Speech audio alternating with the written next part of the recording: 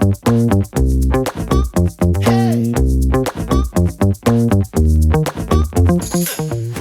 and gentlemen, welcome to another episode of Golf and Politics. This is part two of us taking the journey with Rob Ellsworth through his epic year of golf, where he played 212 rounds at 165 different courses in 25 states and 4 countries. Let that sink in. That's an epic year. It's his year of yes, and we all should just have more years of yeses and enjoy life. And Rob has no problem enjoying life. That no one's ever accused him of not enjoying life. So Rob, we're not even halfway through the year here. I mean, June was an incredible month, and we're not even going to spend much time on it. I mean, Fox Chapel Country Club or golf is it country club or golf? It's golf club. Fox Chapel Golf Club made it onto the top 100 list in Golf Magazine this year. I got to play it this summer. It was one of the most enjoyable rounds of golf I've ever played. I can't wait to go back. It's a very playable course, and I know you're a national member, and you really love it there. You just had dinner there, I think, last night or the night before. Just tell listeners a little bit about Fox Chapel and what makes it so special. Yeah, it's a 1923 Seth Rayner original. And I'm a big Seth Rayner fan. If you're not too familiar with Seth Rayner, he and C.V. McDonald went over and then studied the best golf courses and best holes in the British Isles, in Scotland and England and even in Ireland too, and picked out, some of their favorite holes and sort of developed templates. So when you hear people talk about a Biarritz or a Redan or a Punch Bowl or a Lion's Mouth or spectacle bunkers or this, that, and the other, that's what they're talking about. And so Fox Chapel has pretty much all of them. And it's a great piece of land. For Western Pennsylvania, it's not quite as dramatically up and down hilly as you would expect, which is part of its charm. They really kind of route around and through the terrain, but there's plenty of land movement. Bottom line, it's in perfect shape. It is a beautiful routing. It's fun to play. When you finish the round, you want to just go right to the first tee. The members are very nice. Great staff, great pro shop. Really cool logo, which is important. You gotta Cool logo. You gotta have good swag. Fox Chapel is great swag, great name. And just, I love Pittsburgh. It'll always be my home city, home big city. Love the Steelers and Pirates and Penguins. And so it's a chance for me to come visit my mom, have a great place to golf, bring friends, go to football games. So yeah, I love Fox Chapel. I love Fox Chapel, and let me tell you one of the reasons that I love it. Pinehurst number 2, for instance, played that this month. Unbelievable experience. I do want to play it again. I don't think that I'd want to play Pinehurst number 2 every single day. Yeah. Oak Tree National, unbelievable experience. I don't think I want to play Oak Tree National every single day. It just will beat the ever-loving hell out of you when you're golfing. Fox Chapel is so playable. It's a fair course. You can score well. I mean, I played really poorly in my first 18 there. I think I shot 82 or 83. Didn't do anything very well. Corey and I had lunch, and I was supposed to catch a flight. He says, "Well, let's play at least 9 more holes before you catch your flight." My flight ended up getting completely canceled. I could have played another 18 because I went out and shot 35 on the front 9 when I played it again. It's gettable. There's some gettable holes, but also risk-reward holes. There's a drivable par 4. I love everything about it. I also love how the course at times will open up and you can see 3 and 4 holes at a time. I think that's a great feature in golf courses that just is so picturesque when you can see the whole people playing around the property. Well, and I would be, if I lived in Pittsburgh, that's where I want to be a member and play all the time. I bring people, and obviously you'll do this fall for this coming fall for MG Cup, because I think we're going to do Fox Chapel and Oakmont.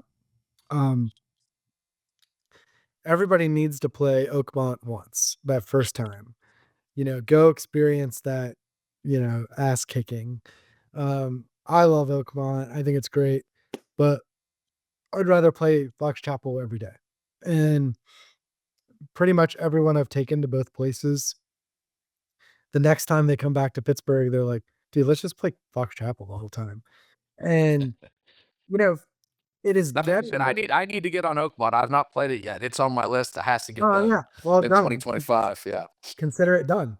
But and I love Oakmont, and I love the challenge, and it just has an extra gear that, other top courses don't have. And it makes me grind from the time I get out of the parking lot to the time I putt out on 18. I'm grinding, and I love that, but Hmm. not every day. Hmm. Um, and while Fox Chapel is definitely gettable, like every hole feels like you could birdie. Like I never shoot a low score there, Oh yeah. but I also never shoot a high score. Like I always You can feel, easily get yourself into some trouble yeah, if you don't play common sense golf. If you do y- something stupid and it doesn't work out, you're going to be punished for it, which yeah. I'm Like, totally cool with. You know, I it's the courses where you hit a really good shot, but it yeah, wasn't a great shot, and you get incredibly punished.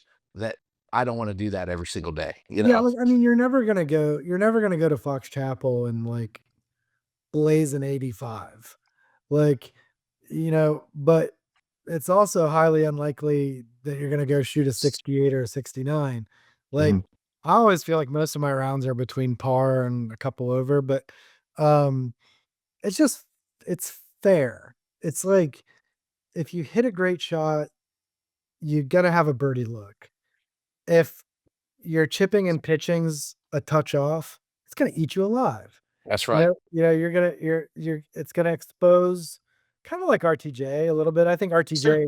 I think RTJ has more teeth to it than Fox Chapel, For sure. um, especially when, like, it's running firm and fast or a little windy or the rough's Like up. it was on Friday of the NG Cup. It was definitely Yeah. running Yeah, very yeah, fast. it's definitely got a little more teeth than Fox Chapel, but, Fox Chapel is just an enjoyable day, and, I Well, sticking let's stick in Pittsburgh and Oakmont here. We're gonna kind of go backwards in the month of July. And maybe skip around a little because July was a pretty epic month for you. Not necessarily with the amount of rounds of golf, but the meaningful rounds of golf that you yeah. played. The end of the month, you played in a tournament in Oakmont, and it was an incredible experience. Tell us about that. Yeah, it's called the Diebold Cup, and it's basically the 4 top clubs in Pittsburgh. Oakmont fields their best golfers against Fox Chapel, Longview, and, Field Club, Pittsburgh Field Club, and, I was asked to be on Fox Chapel's team. I'd never played in the event. Um, I couldn't and you do a round at each, club. And so the Sunday singles were at Oakmont. That was actually the only day I could get there because had already agreed to play in my buddy Devin Nagy's member guest in Connecticut. And so I flew in late at night, drove straight to Oakmont in the morning, and I was paired against three former D1 golfers who were all about, I don't know, mid 20s and just hitting it 320, 330 in the air. You look at him on the range and you're just like, "Oh shit, this is gonna be a long." And, but I was playing really well, and my goal was I know enough about Oakmont to know you cannot overpower it. Even from the tips, which we played it from the tips, with Sunday pin locations. So Oakmont's team wanted to make it as tough as possible for everyone else. So I was thinking like, great. Like, I'm just gonna play old man golf because even from the tips, it's only 7,200 yards, and those fairways are baked. I mean, those Mhm. things run out.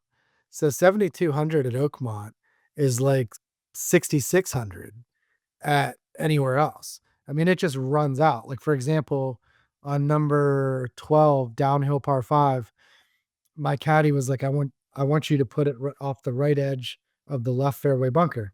And I said, "Well, how far out is that bunker?" And he said, 320. And I was like, "I'm hitting it right at that bunker.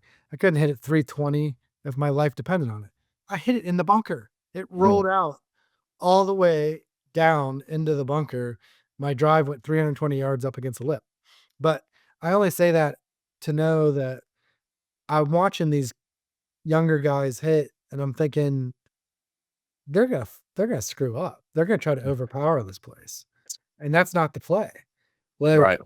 you know, so my goal for the tournament was no three putts, no doubles, no penalties. And there's no water on the course. Um, I did not miss a putt inside of 10 feet the whole That's round. great. I didn't have any doubles, no lost balls. I shot an old man 73, just rock solid, and won the points That's on incredible. all three matches. And they were all coming up to me like, dude, your game's so solid. I want your hands. I wish I had your hands and your control. Hands of an angel. And Hands they of an were, angel. and you know, and I'm sitting there on the practice tee thinking, God, what I wouldn't give to be able to hit a driver up, like that. But at Oakmont, doesn't matter. Like if it were at a course that didn't run out, or it was wet, or whatever reason, like they'd have crushed me. Like I mean, they were absolutely. The truth is, even though I hit the ball long, I prefer courses where you don't actually have to bomb and overpower, because I can get more squirrely with my driver than any other club. And usually my 2 hybrid is one of my favorite clubs. And I enjoy golf courses where, like at Pine Valley, I hit driver once the entire day on 17. I never needed it anywhere else. And the truth is, even if I was hitting the driver great and hitting it 315, there's no place to put it. Like the course is set up in such a way that it's about placement in your second shots. So, um, Yeah, I mean, yeah, I learned growing up. I was always the youngest in my group, and my neighbors or friends I played with were older and could hit it farther. And so I just learned how to get up and down from a bucket. I'd go in my backyard with a wedge. I was doing the hit it over your house hole in one contest way before Bryson DeChambeau. I'd go down to my mailbox in front of the house and launch wedges over the house and have my buddy in the back next to the big trampoline and try to hit him in the middle of the trampoline. I'd go bury a ball in the backyard grass and try to hit flop shots up through V's in the trees. And we would yeah, play games trying to hit these just crazy shots, try to hit them back in the old fireplace in the back of the yard, or land them on the roof and get it to come down a certain drain pipe. Like that's how I got good. right. And when I met Chichi Rodriguez, the late Chichi Rodriguez, he learned how to play bunker shots. He was too poor to play golf courses. He would go behind the home plate and hit flop shots off the dirt over the backstop. And everyone I know that has a great short game today has a story like that. Yeah. Just growing up, going around the yard, hitting crazy shots out of bad lies. So when you get out on Oakmont, you're not shocked. Um, but yeah, that's such a cool event, and I was honored to be asked to play in it. It was funny because I was member at both Fox Chapel and Longview, and the Longview guys didn't know that I was a member of Longview, and they could have asked me to play. So it was like, well, you There you go. dance with who brung you. All right, so let's go back to the beginning of July. There are 2 courses that are on my bucket list for 2025 that I want to talk about, and another Columbus course that I think is an underrated golf course that never shows up on any of the listings in the state of Ohio. In fact, there's another course in the state of Ohio that bears the same name that's always ranked in the top 10 courses of Ohio, and this one's not. It's Brookside Golf and Country Club in Columbus. Yeah. This is a course that hosts U.S. Open qualifiers often. It is a fantastic track. I've never understood why it doesn't make it on it. The only reason I can understand why it doesn't make it on certain lists is because there's so many good golf courses in Columbus. But I think it's an underrated course if you want to talk about that. But I also want to hear about Scioto and Columbus. These are 2 courses that, believe it or not, living in Columbus all those years, I've never played either of them. I need to get out and play both of those courses in 2025. Tell us about Scioto and Columbus, because I think Scioto is the most esteemed place in the state Yeah, of Ohio, in um, my opinion. you're right. Scioto Country Club is where Jack Nicklaus learned to play golf. And so you go in there and you see pictures of Jack as a little kid with his dad and with a head pro there. That's where he learned how to play golf and where he played up through his college years at Ohio State. Um, so the history there is phenomenal. It's a Donald Ross original that's recently been restored by Andrew Green. And when I say it's a great golf course, I mean, I, it it's one of the best in the country. Like, I might even like it more than Muirfield Village, and I just think it's the In fact, route. I don't know anybody that's played Muirfield and Scioto that likes Muirfield better necessarily. I I mean, think they may say there's certain good things, but like there's just such a reverence for Scioto yeah, yeah, for people who live in Columbus. Muirfield Village would be on more people's bucket list to play because it's more famous and Sure. because people are familiar with watching Tiger Woods, Dustin Johnson, play that course every year. And it's a more grandiose facility. Like you pull up to Muirfield Village and it's, stadium holes. It's big. It's just like a bigger property. And Um, it is to this day is the best golf course in the country, in my opinion, for watching a golf tournament. yeah, Like, yeah, I've been to the President's Cup there. I've been to probably 8 memorials. Like, there is no place that's set up better for watching a PGA Tour event or a President's Cup than Muirfield Village. Jack had that in mind, obviously, when he built the golf course. It's yeah, just totally. an unbelievable facility for watching golf. Yeah, yeah. I mean, they do a hell of a job hosting the memorial. But as far as like a true golf course, I think Scioto Country Club's better.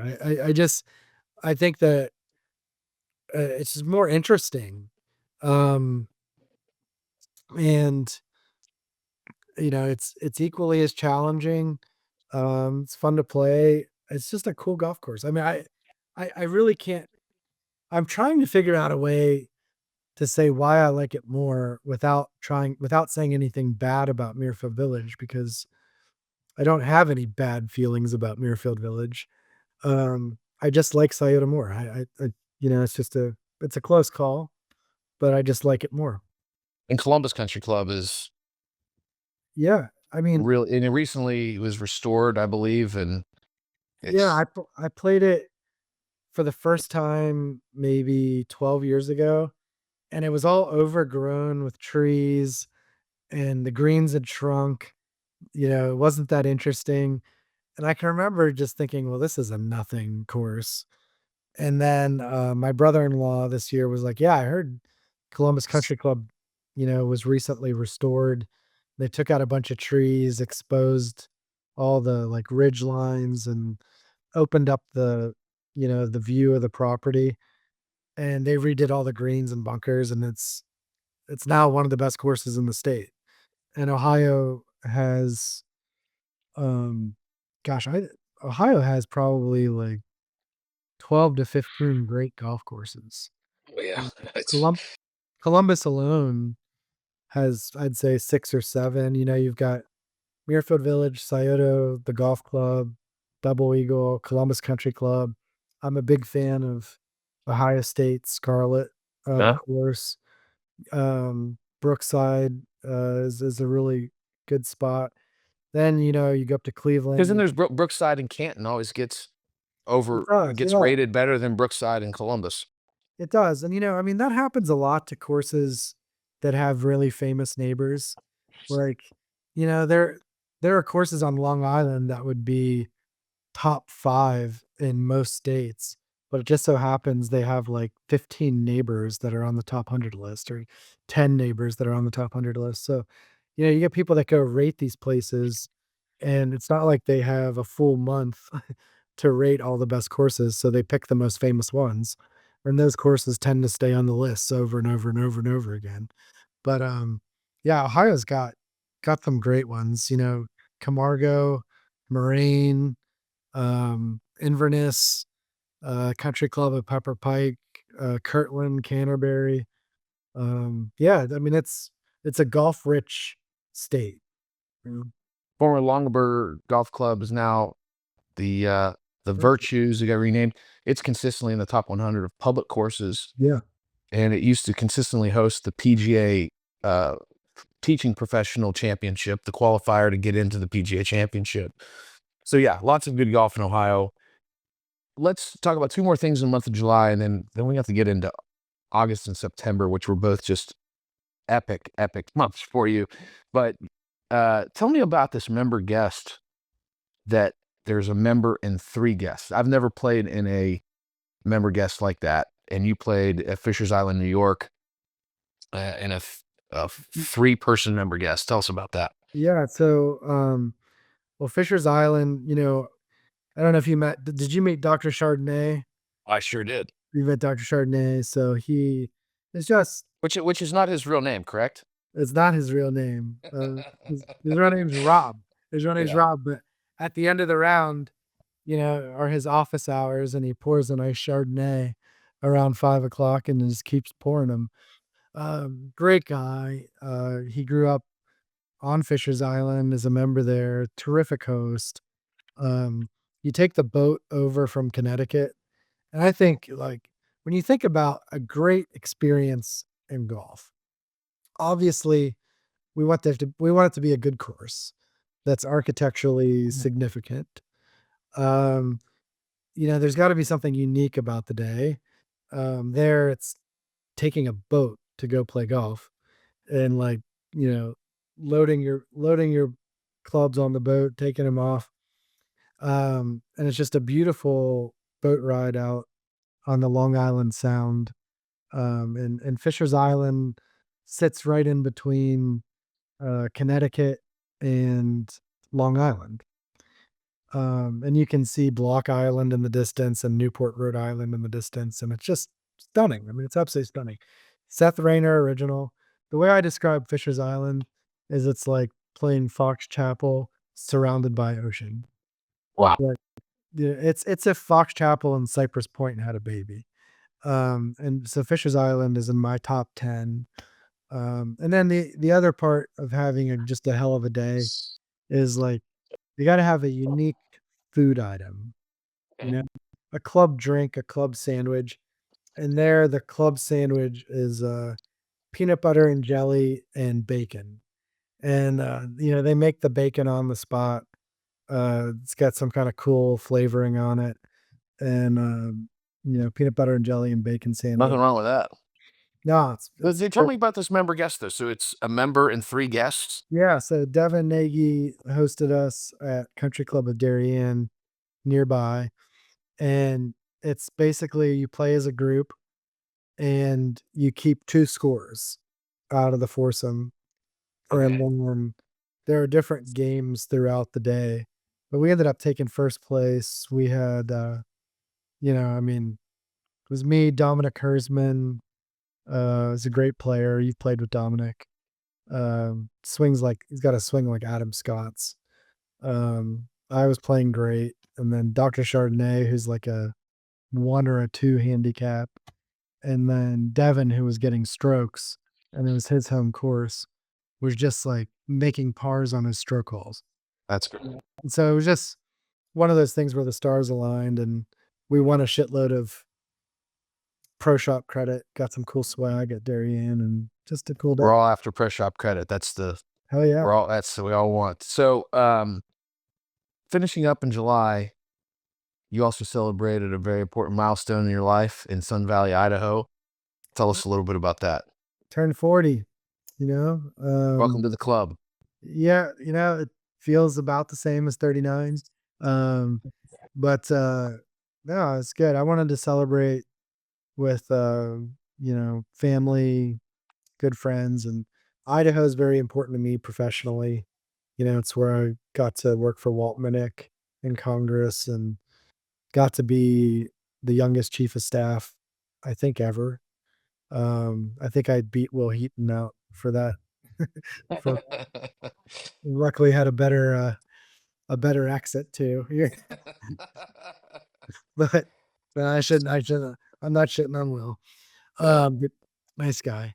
But Sun Valley special. So we played 3 or 4 rounds of golf out in Sun Valley, and it was just nice mixing worlds of friends and family, and That's you great. know, perfect weather. Okay, so August and September, I mean, it's mind blowing. We're going to skip over the entire trip to Ireland because we've already recorded numerous podcasts on that Ireland trip. So we're going to leave that part out. But let me just read August, you played 26 rounds of golf, 22 courses. Um, Congress is not in session in August, so this is just it's wide open for Rob Ellsworth to go play golf. Yeah. Bethesda Country Club, Prairie Dunes, Oak Tree National, Fieldstone, Biederman, Milwaukee Country Club, Cherry Hills, Sand Hills, Dismal River, Ballyneal, Stone Ridge Country Club, Chicago Golf Club, Butler National Golf Club, Olympia Fields, Beverly Country Club, Black Sheep Golf Club, Minneapolis Golf Club. I mean, and it's still going on. I mean, there's still so many that you played that month. So, Yeah, I man, mean, it's, yeah, I'm losing track of my notes here because there's so many. So, I mean, tell us what were your top 2 highlights in the month of oh, August? Hopefully, one of them was coming to Oklahoma where it was 195 degrees for 2 days.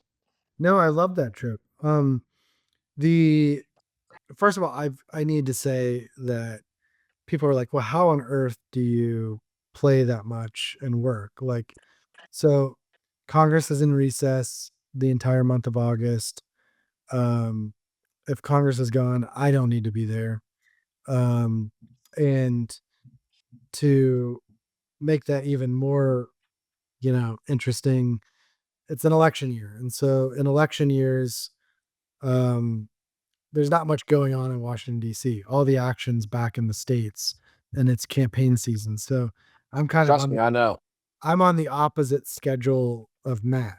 So when things are hot in DC, his schedule's lighter. When things are hot on campaigns, my schedule's lighter. So put that with that being an election year, there aren't too many deals being made. So that's part of what allowed me to play this much golf this year. Um, but I'm Well, I glad. think it's something that should be said for my clients that listen to the show and our listeners. We do work really hard, but you have to understand for guys like Rob and I, this device right here, 95% of everything we do is done on this device. And with FaceTime and Zoom, we don't have to be physically at a lot of meetings. We can do a lot of meetings in Zoom. Both Rob and I get up incredibly early on a daily basis and crank through a lot of work before the workday starts because most of our workday hours are just fielding phone calls and talking to clients and things of that nature. So it does free me up to get a little more golf in if I'm strategic about how I spend my time and when I wake up in the morning and get physical work done that requires me to have attention to a computer, which is not that Uh, often. Most of my if work's done on my iPhone. if you and I are sitting at our desk all day, we're not doing our jobs. Like part of my job is going out and visiting with clients. Um, Part of my responsibility to the firm is to find new clients, and to sign people up. So getting out there and getting to know people and being visible is part of how we get new clients, but mostly through word of mouth. Um, if there's somebody that I need to get in touch with for an important amendment or vote or meeting, if I know them already, which is usually the case, um, they don't they don't need me to come in person and bug them. We can talk about it over the phone, or we'll even schedule a round of golf. Usually, I'll fly in if there's an emergency or it's somebody that I don't know and need to build the relationship. And it's really hard to build a relationship in like 15-minute meetings on the hill. That's right. I'm more likely to ask them to go get lunch or to go play golf or to go, something more personal where you get more one-on-one time and you get to know more about each other. If I find out they're from Pittsburgh or they went to Georgetown or they're golfers or they're whatever, you know. It's a more personal relationship. So August, I will go back to answering your question. Um, Absolutely loved our trip to Prairie Dunes and the episode we shot at Oak Tree National.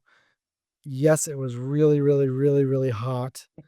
Um, and I hate I hate playing in that much heat, but it was just fun getting to come to your house and meet the kids and it's just spend time with your family and Marina, to walk across the street and get to watch some of the US women's amateur at Southern Hills, which is just a stunning world class club.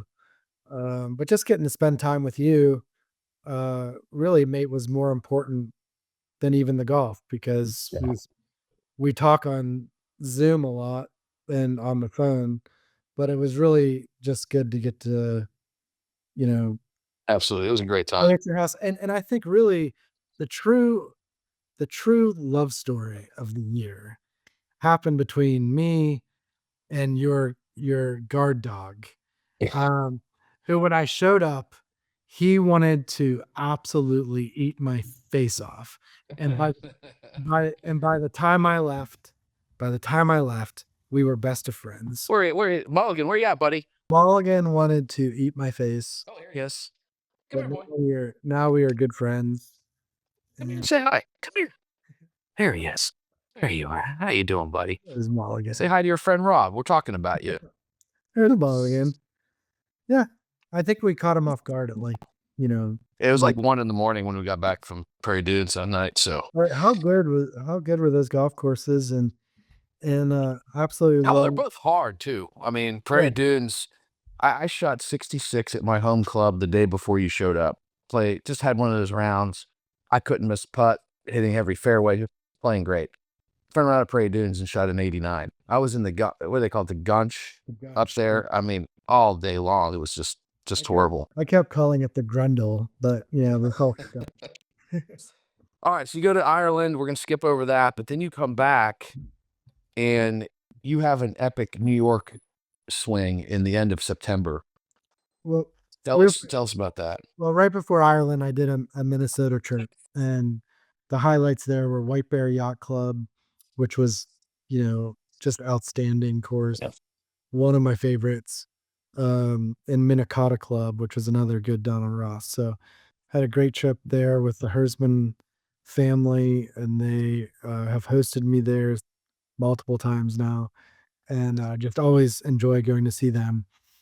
After Ireland, which we did shows on, but what a great trip that was. I mean, Oh yeah, I still think the 9 ball at Critch Island was one of my absolute favorite moments of the whole year. absolutely. If I had to pin down one, that would be the highlight. New York, yeah, it just kind of. Oh, you added that to our itinerary at the very last minute, which I'm really glad that you found that. I mean, we encountered people in Ireland that had never heard of the place, Yeah. and it was just breathtaking, just absolutely breathtaking. Yeah, and it's like what's cool about our group that we've developed is that, sometimes you get groups that like if you come in at the last minute are like, let's add a 13th round of golf. Some people be like, all right, easy there, killer. Enough's enough. We've got enough. We've spent enough. There's only so many hours in the day.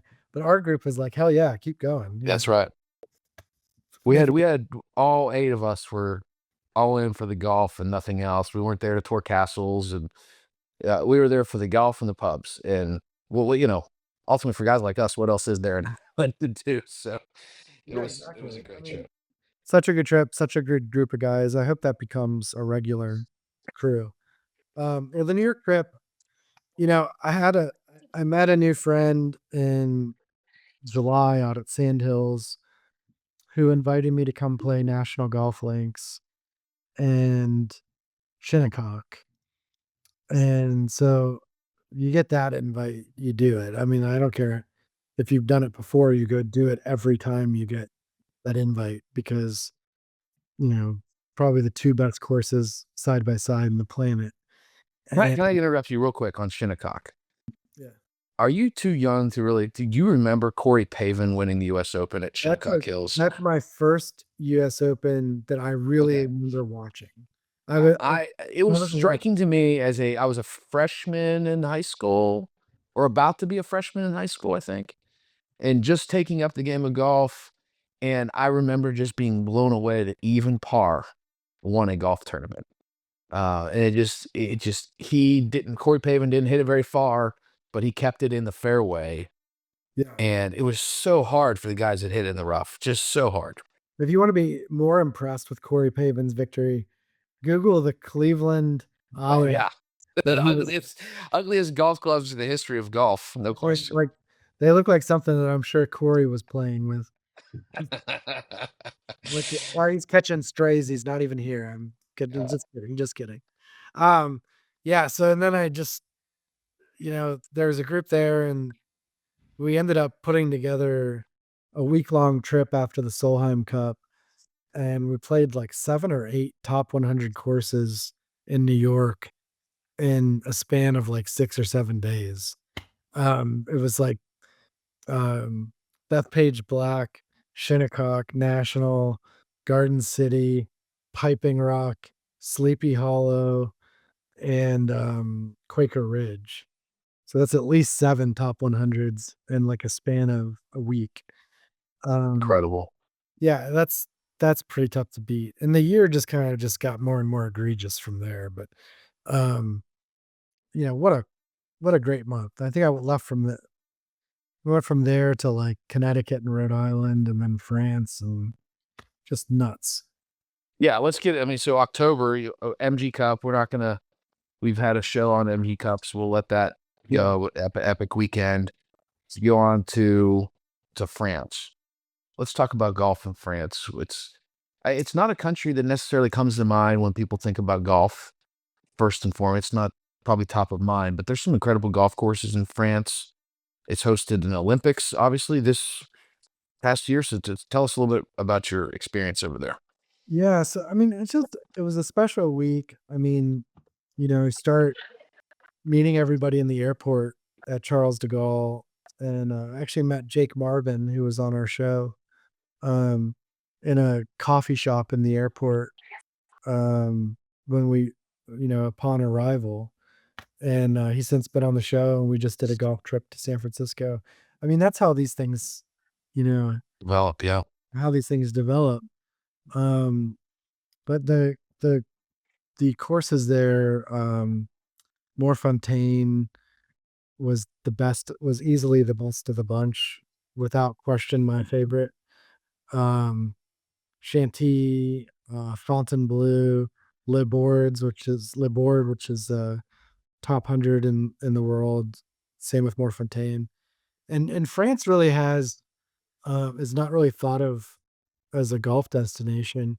The courses around Paris would kind of remind you of like the famous London Heathland courses, but just have a lot of charm and character and are great, just great terrain, sandy soil. But then they also have some great links courses out on the coast. I think Jake Marvin mentioned La Touquette when he was on the show. I didn't get to play that. He stayed longer and played that. I had to come back for I think I was coming back for MG Cup. I forget why I was coming back early. Um, but at any rate, I love France. I love the food. I love the culture. I love the golf. I love the clothing. I love their attention to detail. I mean, it's easy like it's easy to make fun of the French for like, being wimps in the military or like being standoffish, and some of those stereotypes are true. Like we're not we're not gonna glorify the French where they don't deserve it. But what one thing I love is just the attention to detail, like in the way they prepare food, in the way they set up their golf, the way they do things. There's a methodical approach, and I love details, and I love people who love details. And so I'm always fascinated by just how they do things. and golf was no different. Um, just really cool trip. But Well, what about you? would I rather go to war? Would I rather go to war with like the Brits by my side than the French? Of course. I'd much rather eat the French food than the I'd British much food. rather eat Yes. the French food. Yes, yes.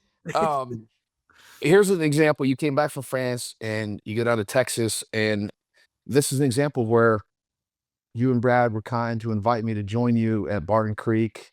And I said initially said yes, because that was my mindset too. And I just with it's October, the election's in November. I just could not get away from work. And I regret that because you end up getting some epic rounds of golf in Austin. I did get to play Austin Country Club back in May.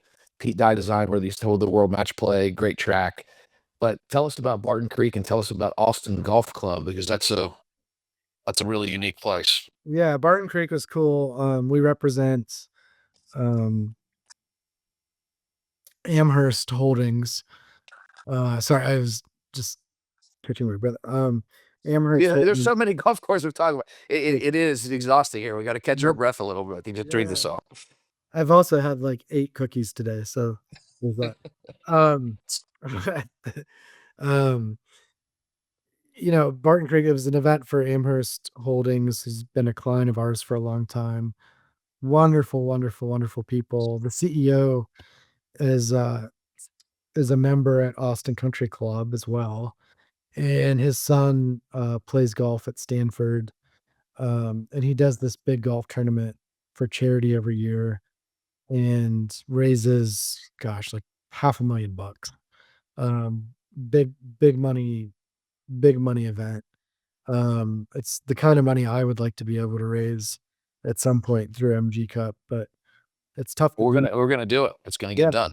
it's tough to do without losing the character of the event. But we were able to win first place. It was a lot of fun. Played with 2 other folks from Amherst and just kind of got it going, I mean, just got it going. That's Where great. you just get into a rhythm in these events, start the putts start going in, and I am a rhythm putter. So when I get it going, they all go in. Right. Either none go in or they all go in. And if Yeah. I start making them, they all go in, and they were all going in. But that was just a fun day, and I love Austin, Texas. Such a cool town. It's my first time getting to play Austin Golf Club, and I'm good friends with Jeff Shackelford from the Golf Channel. Jeff is just an expert on architecture and particularly the golden age, the 1920s. Uh, he's also done a lot of work with Go Hands.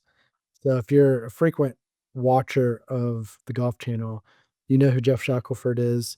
And pick up some books by Jeff Shackelford on golf course architecture.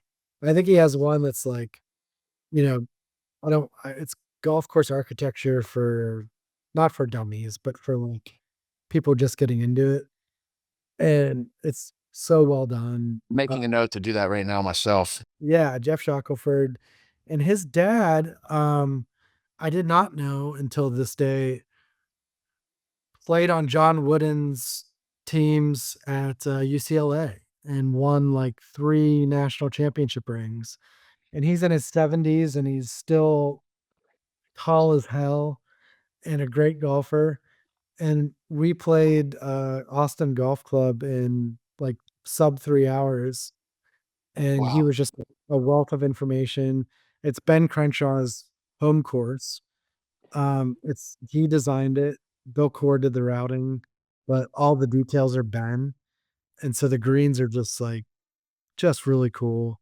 Um, Side note yeah, about that sure. round, we were set to record an episode of Golf and Politics, and you had to cancel at the last minute because you got the invite to go play Austin Golf Club, which Yeah. was a no-brainer. We got to cancel this podcast. We can do that anytime, but it's not every day you get an invite to play Austin Golf Club. So Yeah, he great was stuff there.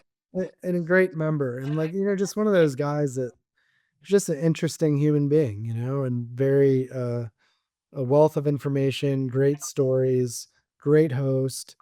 Feel like I could text him at any time. And just one of the 500 people I played golf with this year. And a lot of them stand out. Yeah, Some won't, but like, you know, our round at Oak Tree National, I love those guys. Like, I mean, we had a blast, and I feel like, I could say anything I want on that group text message. that's right. We've only met once, but like, they're cut from the same cloth. You either That's have right. you either have the illness or not. We all got the illness. Yeah. We have it for sure. Well, here's what I want to do to close things out. I have a few questions I want to ask you, but I want to hold those off to the end. I Mhm. think that your mid-November through today binge that you're on, if you will, if you want to call it a binge, is pretty Right. impressive, especially the California swing. Also, something else special has happened for you in the month of December, probably the greatest Christmas gift you could ever ask for. And I just want you to kind of take time to talk a little bit about how great November and December have been in this special event that you were able to have last week. Yeah, after the election, I, you know, played some golf in Virginia with Georgetown, one of my Georgetown roommates. Um, Went down to South Carolina and did the preview play at Broom's Edge. Got to play Camden Country Club, which is the closest thing to an untouched Donald Ross original there is. I then took my niece to Paris, which was really special. She's 16. It's her Uncle Dobbs trip. She calls me Uncle Dobbs. And while we were in Paris, a really good friend of mine um, called me, and he never calls me. He always texts. So the fact that he called me like 2 or 3 times in a row, I was like, "Oh shit, something must be wrong." And I was walking in near Sacre Coeur in Paris with my niece, and this guy finally texts me and says, "Damn it, you need to call me. It's important." And at that moment, I knew there's only one thing he would say that to me about, and it's got to be Augusta National. And so I hurried up and called him right back, and I said, you know, "Is it what I think it is?" And he says, "Buddy, it is. It Oh, that's is." so good. And I wish I could say his name and the host's name and any of those details, but out of respect for their privacy, because when people find out that you are a member at Augusta National, or a member, then you start getting hit up constantly, and most of them for incredibly worthwhile pitches. Like, you'd be getting hit up every day for somebody who's got terminal cancer, or somebody who's played the top 99 and out of 100 and hasn't played the 100.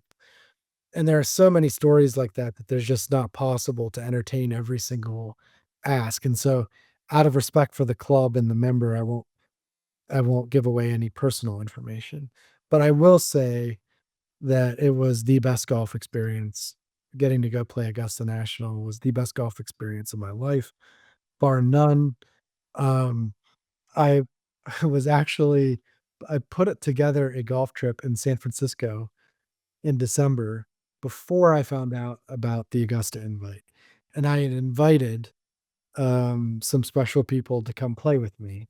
And I had to break the news about a week out that, like, by the way, about 24 hours into your arrival in California, I'm going to be taking a red eye from SFO to ATL, picking up the member and playing Augusta on Saturday and Sunday, staying the night. And then, like a true host, I took the 11 PM flight back on Sunday night, 11 PM from Atlanta, landing in San Francisco at like 2 in the morning, whatever the hell it was, like 5:50, whatever, 2 in the morning, whatever. Yeah. And I got up and I played with them on Monday, Tuesday, Wednesday, Thursday, But Friday. Rob, for the people that have the illness that we talk about, like I'm sure they were just ecstatic when you told them why you had to leave the golf trip Well, for actually, 48 hours. one of them. one of them, Jake Marvin, who was on the show, um, flew to California, and we had this awesome itinerary set up. And I said, "Look, I feel terrible about this. Like, if you know one thing about me, for all of my flaws, I pride myself in being a great host." Mhm. And so it was killing me to, invite him to San Francisco to play all these great courses and then leave, but Yeah. at the beginning of the trip. And so I just said, like, Continue on with play these courses." And he was awesome. He was just like, "Dude, shut up." Like, Yeah. like I would be mad at you if you, turned down Augusta to, of course you could play Augusta. And, that was obviously the right call. Like, I mean, I wasn't, I've often joked that I would delay my wedding day or have to like dial in for the birth of my first child if I got invited to Augusta. So Hey, I mean, if fortunately, you have to, that's one you have to say yes to, and you have to make it work because you just yeah, of all the places, this is the most exclusive. Now, I want to say two things. Number yeah, one, I haven't enjoyed watching somebody else's videos and pictures of a golf experience more than I enjoyed watching yours last week. I probably spent an hour. I've watched you hit your tee shot on 12 at least 10 times on my phone, and I just get giddy watching. I'm so thrilled for you. And it's just incredible. To me, it was more exciting watching you hit that shot on 12 and your playing partner, I won't mention his name, is going crazy with great analysis. yeah, It was really fun. I appreciate you sending those to me. Number two, you never call me either, unless there's a problem with the technology of getting into a podcast and you're having trouble connecting, or which the is only other happening. time, but the only time you call me is it's obviously something important. And we were at Hidden Creek, and I did not have my phone with me. It's back in my golf cart, and I'm with Nick Kirsch and Bob Kyle out on the driving range, and goes on and on. I see you call on on my watch. Then I see a text, and it says, "I don't care what your birdie putt is and how much money it's for. It's more important that you call me right away." And I had a feeling Rob's calling, tell me that I have a chance to play Pine Valley tomorrow, and I better call him back. So Yeah, I can imagine the same kind of phone call that you got there. yeah, and with the pictures and videos from, our member was great because he was like, "Look, you can take pictures, you can take videos, just not in the clubhouse and no social media." So for me, I like to post. I started the habit of posting my golf pictures on Instagram and Facebook. Facebook back when I used it a lot. Largely because it's how my dad could see where I was and courses I was playing. And then he's since passed away, but um it's how, you know, a lot of other people who are love golf started following me. And then I'd start getting invited places, randomly, because people are like, "Oh, have you ever tried this place?" And then you get the invite to do it. And so when I was able to take the pictures and videos at Augusta, not being able to post them on social media has been killing me. Like, there's like, not even like the flex, because that can be obnoxious. Um, but there are so many people who know how important it was to me to get to do it. And like I want them to see like, "Oh, I did it." And, I But you guess know what's having cool, here's what's cool. You're the only person that I know on a personal level. Like, I mean, is what I would call a friend of mine. You're the only friend of mine that's actually played Augusta National. So I've probably told 50 people in the last week. My friend Rob, the guy who co-hosts the podcast with me, he played Augusta. Look at this. And I'm showing picture. I'm showing it off, right? Like, it's a sense of pride for me that you got to play there. So yeah, it does suck that we can't put these on our Instagram page for the Golf and Politics site, because it would be awesome to do, but I understand exactly why they you had know, that rule. it's when you're pulling in, I don't know if this is the same way you feel, coming from the valley, but getting to play Augusta National to me growing up just seemed like so implausible that like there was part of me as we were driving in that was When like, I was a kid, Williams Country Club seemed implausible to me to ever yeah, play. So we're driving up Magnolia Lane, and I kind of for a second, the barriers come down and we're driving up there, and I I'm just kind of glancing out the window and see all the trees, and I'm like, oh, holy shit, this is this is Magnolia Lane. And I started like giggling to myself, literally, like, I can't believe they let me on here. Like, do they know who, you know, this, like, there was a little part of me that felt like I was stealing. And at some point, somebody was going to figure me out and throw me off the property. So you pull in through the barricade and you're driving, you're driving through these just stunning tree after tree after tree. And it took me a second before I was like, "Oh, holy shit, that's we're on Magnolia Lane." So I, like, actually took a video going up all the way up Magnolia Lane to the clubhouse, and, you pull up to the front of the clubhouse and kinda loop around to the left over past the Butler cabin and Eisenhower cabin, to our cabins, and we stayed just off the left of the 10th fairway. So over where Rory hit that big duck hook, a dozen years ago, whenever it was. Um, and it's just breathtaking. And, I'd been to the Masters a couple times before, but it's totally different looking out at the course and the facilities with no one else there. I mean, we were one of only two groups there on Saturday and the only group playing Sunday morning. And, we well, let walked. me interrupt real quick. Why so few people at the club that weekend? Well, I mean, there's not that many members to begin with, and it's close to the holidays, and so the most popular times people like to go there are members tournaments. There are four big members tournaments throughout the season, and then the 6 weeks before the Masters, I guess it's really busy because the course is tuned up and really in master's level condition, but it gets busy. But our host really likes taking people in between Thanksgiving and Christmas because he likes feeling like they have the place to themselves. And the weather was like 60 degrees and sunny, and it was perfect. Like, and so, we played the par 3 course on Saturday, had dinner in the clubhouse, did the wine cellar tour, and then Sunday we walked 36 holes. And I think we averaged like, just over 3 hours for 18 holes walking. And it was just a dream come true. I mean, really, there there's not too much out there that's more special. And I wish I wish I could share pictures and videos, but I can't, out of respect for the club. But just know the fried chicken at dinner, the taste of the Masters at lunch, the filet. Well, I got the filet because our friend Lou Holtz, who's a member, suggested, and Lou Holtz was not the host. But Lou Holtz had mentioned on our show earlier this year about getting the filet, and it was fantastic. But you do the wine cellar tour, and it's cooler than anything I've seen in like Napa or Sonoma or in France.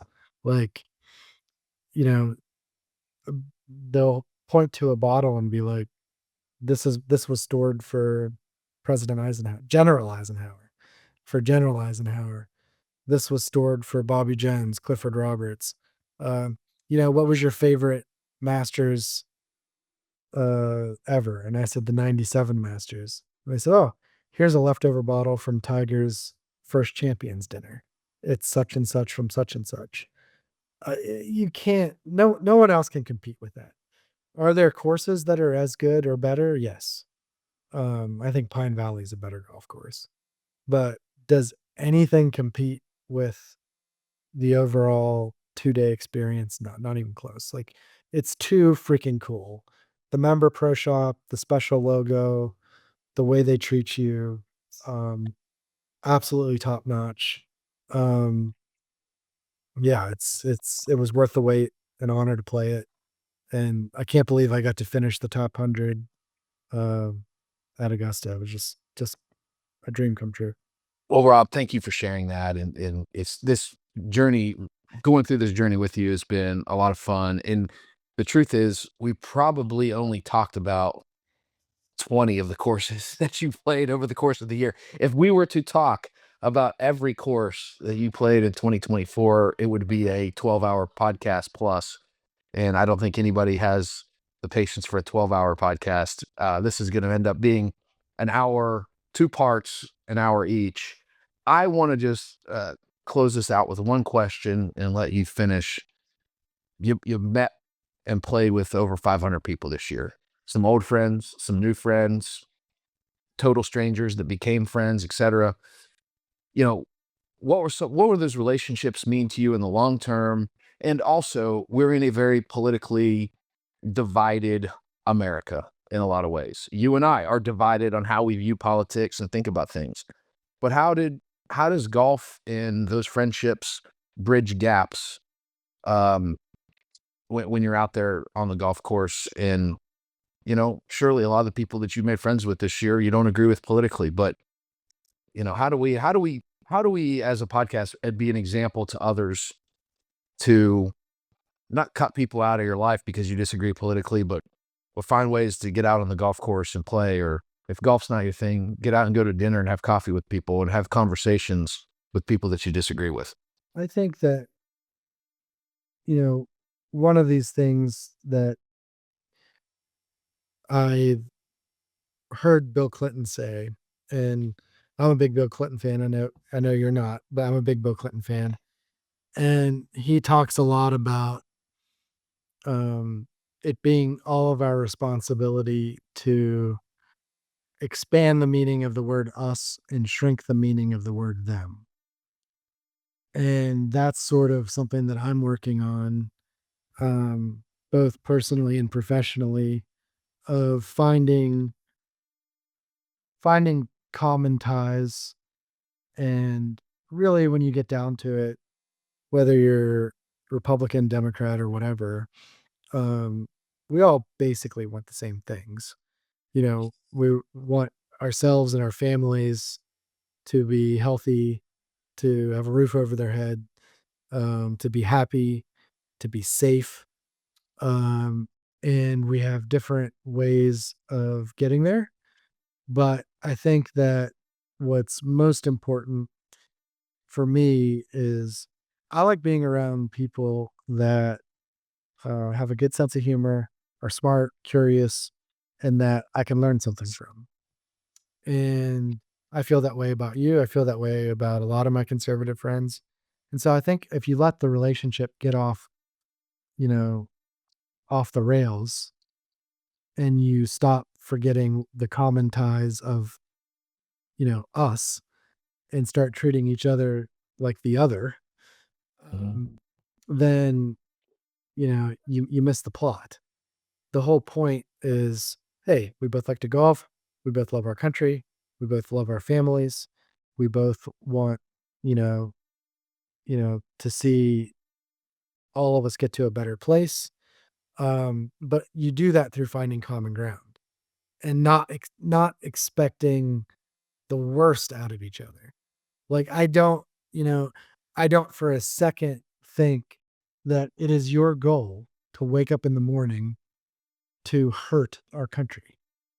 I don't think you wake up in the morning trying to screw people over. Right. Um, and I think we all get conditioned that way, even professionals like us, by the constant horse race in the media and the constant at each other's throats that, frankly, I'm exhausted from it. Like, I'm just exhausted from it. And this year actually was therapeutic because I think if I was as engaged politically as I used to be this year, I would have lost my mind. Like, I think the golf was a saving grace. And, of all the people I met, like, tell you what, if you start shutting out the people in your life who think differently from you, you know, you're gonna have a very small group of friends. And Right. you're gonna start alienating really smart, caring people. If I held everybody to the standard of if you vote for Donald Trump, I'm done with you, then I would lose family members. I would lose some of my closest friends. I would lose some of my teachers, some of my mentors, colleagues. Like, it's just not worth it. No. And, I wouldn't want them to do that to me either because I voted, differently than they did. And the thing that we all have to eventually accept is really smart people who care about the country can look at the same thing, the same set of facts, and see things totally differently. You know what I mean? It's like, Right? And want the same outcome I want the ultimately same. and still see it differently. Yeah. Like you Yeah. said, you can see everybody wants to be safe. Everybody sees what the crime statistics are or what have you. And the solution to getting to that safety can be two totally different paths.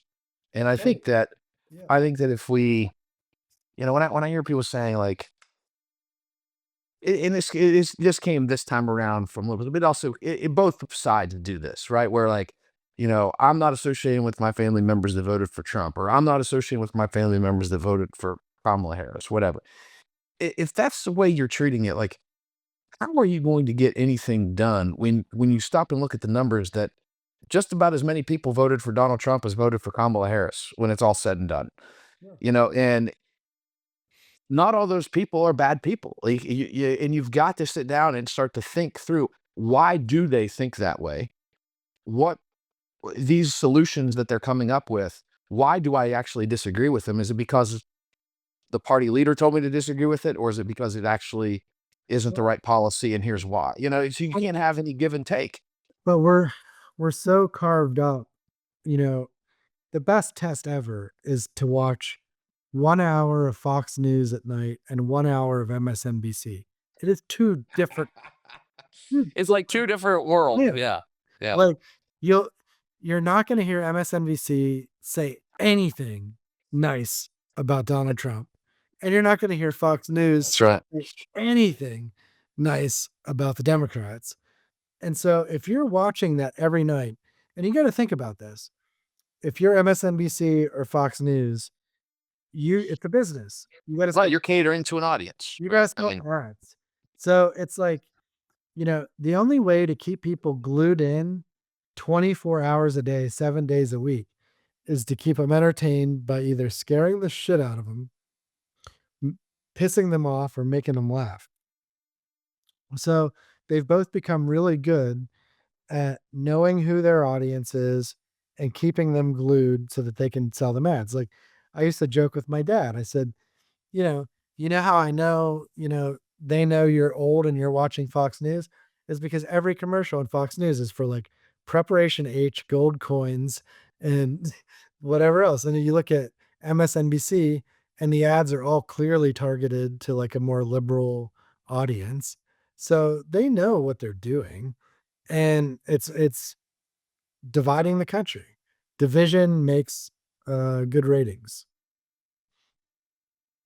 well, absolutely, Rob. I mean, and you hit the nail on the head there. You got to think Fox News and MSNBC, they are a business, like you said, and they have to build an audience and they have to advertise to that audience. And the way that they keep that audience is an us versus them mentality.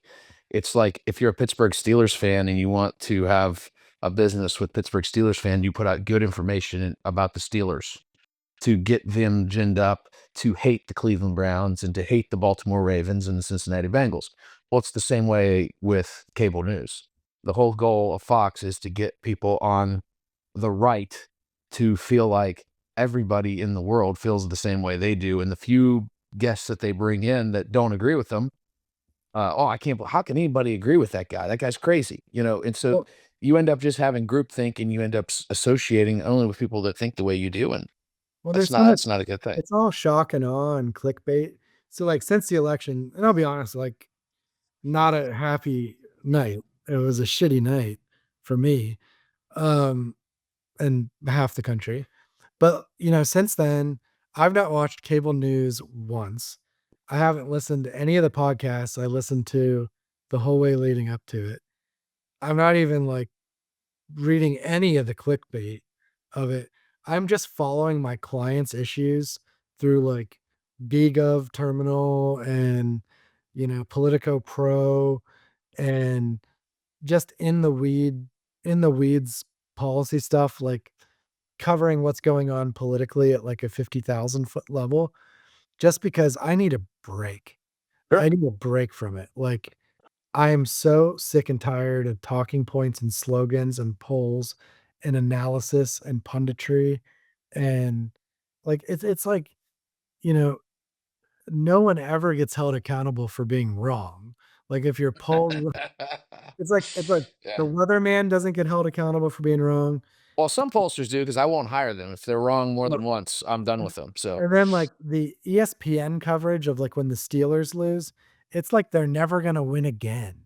It's yeah, like the end of the world. Like Stephen A. Smith and these characters, they're just like the political pundits. I'm like, it's yeah, bro, we just lost at Philadelphia and at Baltimore with 3 injuries. Like, not the end right. of the world. Like, we're still gonna be in the playoffs. We gotta get healthy. But like, my point is that the media's political coverage has become like the sports coverage of like, it's got to be at each other's throats. You're only as good as your last game. And like, just because you lost this time, you're going to lose in perpetuity. It is Right. over. And it's like, you know, we had a bad fucking night, but like, we still got 48% of the vote to someone who got 49 point whatever. Yeah, we did poorly in certain demographics, but like, I mean, look, Congress is going to be so evenly divided, and Republicans can't afford any missteps. I mean, well, it's still a very close, politically divided and country in a lot of ways. here's the thing. If turnout was just a little bit better for us, and let's just say Kamala won by a razor's edge, the talk in the Republican Party right now would be, what is the party 2.0 post Trump? Like, how do we rebuild? How do we redo everything? Just if 1% changes, right? Well, it didn't, and he won. So now it's like MAGA on steroids, and the country wants us. It's a mandate. And so, I mean, if it was just 1% differently, you guys would be debating how to rebuild your party. That's right. True. That's exactly right. And so it's like, my message is like, take a deep breath. Like, everybody take a deep breath, like, go outside more, go for a walk, go play golf, have more sex, like, spend more time, have more time with your family. Like, because it's not healthy watching cable news all day and fighting over politics. It's just not healthy. 100%. It's not healthy. The truth is, I mean, I'll be completely honest. I would not watch it even one bit because I know it's not good for mental health, and watching people argue doesn't accomplish a lot. I have to watch the minimum I need to make sure I understand where my voters are at for my clients, right? I mean, voters are watching it, and so I have to pay attention to it. But yeah, you're exactly right. And the advice you gave there is it should be a good New Year's resolution for anybody that's listening to our podcast. And I want to just close out by saying this. I'm really thrilled about 2024. We're going to end up putting close to 30 podcasts out to the public in a year. Most people that start podcasts, they do 2 or 3. They realize it's a lot of work. Hey, we realized it's a lot of work and we push through. I want to give a big shout out to Jordan McMillan. He's our new producer. He's been with us now since the end of September. And Jordan, uh, thank you so much. You're doing a great job. Really appreciate it. I know we're going to keep getting better. Also, like you talked about Fox News and MSNBC, their businesses. Well, guess what? We're a business. Yeah. Golf and Politics is an actual business owned by Rob and myself. And we are going to make this thing work. We're going to produce some great things. Our audience is going to expand big time in 2025. We're going to keep expanding Golf and Politics. We're going to continue bringing you good content. It's only going to get better. And we are going to massively expand our audience and have some incredible events and build a real community of people that have a good sense of humor, that love to play golf, that that also want to engage with other people that they disagree with and learn things from other people. We're going to have an event where Republicans are going to play the Democrats, and we're going to be at each other's throat on the golf course but we're also going to be sitting down and breaking bread together at night and get to know each other. And it's going to be an impactful event. We look forward to having that. And we just appreciate everybody that's listening. And we know great things are on the horizon for us. And like Rob said, if you're really disappointed with how the election went, just get back to work. Everything's going to be okay. The sun's still going to rise tomorrow. If you're on my side, don't get too arrogant. We have real work to do, and if we don't do a good job over the next 2 years, we're not going to win. And go play more golf. Say yes. Build those friendships. Look what Rob accomplished in 2024. It's more important than any amount of money he's ever made, any election he's ever won. Those friendships, those 500 people that he met this year, that matters forever, not just for an election cycle. So, Rob, thank you for sharing everything you did today. Thanks for getting on all those airplanes and playing all that golf and making all of us that have the illness just enough jealous that we're going to go chase you and try to do the same thing in future years. I want you to beat it. I want you to hit 166. Well, we're going to do the best we can. So thank you, everyone, for listening. Have a great Christmas. Have happy holidays, happy New Year, the whole deal. And follow us on social media at Golf and Politics on Facebook and Instagram, Golf Politics Pod on X, and golf.politics on TikTok. And also subscribe anywhere you get audio podcasts or subscribe on YouTube. Rob, have a great Christmas, brother. Merry Christmas, buddy.